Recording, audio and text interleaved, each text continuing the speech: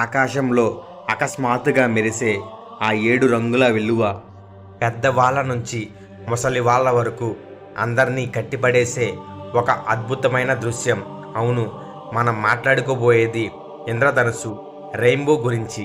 వాన పడి వెలిసిన తర్వాత ఆకాశంలో విరిసే ఈ రంగుల హరివిల్లును చూసి మనం ఎన్నోసార్లు మురిసిపోతూ ఉంటాం.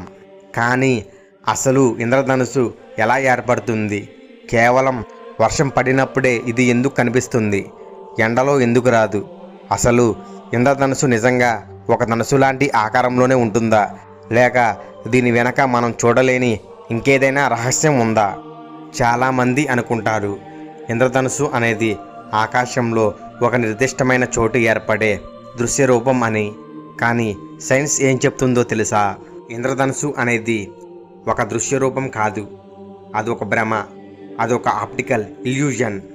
ఈరోజు మన వీడియోలో ఇంద్రధనుస్సు వెనుక ఉన్న ప్రతి ఒక్క రహస్యాన్ని, దాని వెనుక ఉన్న సైన్స్ను, అలాగే ఎవరికీ తెలియని కొన్ని ఆశ్చర్యకరమైన నిజాలను చాలా లోతుగా తెలుసుకోబోతున్నాం. వీడియోను ఎక్కడ స్కిప్ చేయకుండా చివరి వరకు చూడండి, ఎందుకంటే చివరిలో మీకోసం ఒక మైండ్ బ్లోయింగ్ ట్విస్ట్ ఉంది. ఇంద్రధనుస్సు ఏర్పడడానికి ప్రధానంగా 3 విషయాలు కావాలి: సూర్యరశ్మి, నీటి చుక్కలు మరియు సరైన కోణం. మనం చూసే సూర్యుని కాంతి తెల్లగా ఉంటుంది, కానీ నిజానికి ఆ తెల్లని కాంతిలో 7 రంగులు దాగి ఉన్నాయి. దాన్నే మనం VIBGYOR violet, IndiGo, blue, green, yellow, orange, red అంటాము.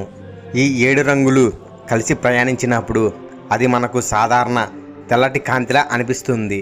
వర్షం పడినప్పుడు లేదా పడి వెలిసినప్పుడు గాల్లో మిలియన్ల కొద్దీ చిన్న చిన్న నీటి చుక్కలు తేలుతూ ఉంటాయి. ఈ నీటి చుక్కలు ఆకాశంలో చిన్న చిన్న ప్రిజమ్స్లా పనిచేస్తాయి. సూర్యుని కాంతి ఈ నీటి చుక్కలోకి ప్రవేశించినప్పుడు ఒక అద్భుతం జరుగుతుంది. ఈ ప్రక్రియను మనం 3 భాగాలుగా అర్థం చేసుకోవచ్చు. మొదటిగా వక్రీభవనం. సూర్యుని కాంతి గాలిలో నుండి నీటి చుక్కలోనికి ప్రవేశించినప్పుడు దాని వేగం తగ్గి కొద్దిగా వంగుతుంది. ఇలా వంగినప్పుడు తెల్లటి కాంతిలోని 7 రంగులు విడిపోవడం ప్రారంభమవుతుంది. రెండవది పరావర్తనం. నీటి చుక్కలోనికి వెళ్ళిన కాంతి ఆ చుక్క యొక్క అవతలి గోడను ఢీకొని బయటకు వెళ్లకుండా వెనక్కి మలుతుంది. దీన్ని సైన్స్ భాషలో టోటల్ ఇంటర్నల్ రిఫ్లెక్షన్ అంటారు. మూడవది రెండవ వక్రీభవనం. అలా వెనక్కి మళ్ళిన కాంతి రంగులు నీటి చుక్క నుండి బయటకు వచ్చినప్పుడు మళ్ళీ వంగి మన కళ్ళకు స్పష్టమైన 7 రంగులుగా కనిపిస్తాయి. ఇలా ఆకాశంలో ఉన్న లక్షలాది నీటి చుక్కల నుండి ఒకేసారి కాంతి విడిపోయి మన వైపు వచ్చినప్పుడు అది మనకు ఒక పెద్ద ఇంద్రధనుసులా కనిపిస్తుంది. మీరు ఎప్పుడైనా గమనించారా? ఇంద్రధనుసులోనైనా సరే ఎరుపు రంగు ఎప్పుడు పైభాగంలోనే ఉంటుంది, ఊదా రంగు వైలెట్ ఎప్పుడు కింది భాగంలోనే ఉంటుంది. ఇది ఎందుకు జరుగుతుంది? దీని వెనక ఒక పక్క మ్యాథమెటికల్ క్యాలిక్యులేషన్ ఉంది. తెల్లటి కాంతిలో ఉన్నప్పుడు 7 రంగులకు వేరువేరు తరంగదైర్ఘ్యాలు ఉంటాయి. ఎరుపు రంగుకు తరంగదైర్ఘ్యం ఎక్కువ, కాబట్టి అది నీటి చుక్కలో తక్కువగా వంగుతుంది. ఊదా రంగుకు తరంగదైర్ఘ్యం తక్కువ, కాబట్టి అది ఎక్కువగా వంగుతుంది. నీటి చుక్క నుండి కాంతి బయటకు వచ్చేటప్పుడు ఎరుపు రంగు ఖచ్చితంగా 42 డిగ్రీల కోణంలో బయటకు వస్తుంది. అలాగే ఊదా రంగు 40 డిగ్రీల కోణంలో బయటకు వస్తుంది. మిగిలిన 5 రంగులు ఈ 40 డిగ్రీల నుండి 42 డిగ్రీల మధ్యలో ఉంటాయి. ఈ నిర్దిష్టమైన కోణాల వల్లే ఇంద్రధనుస్సులో రంగుల వరుస ఎప్పుడు మారదు. ఎరుపు ఎప్పుడు పైనే, ఊదా ఎప్పుడు కిందే ఉంటాయి.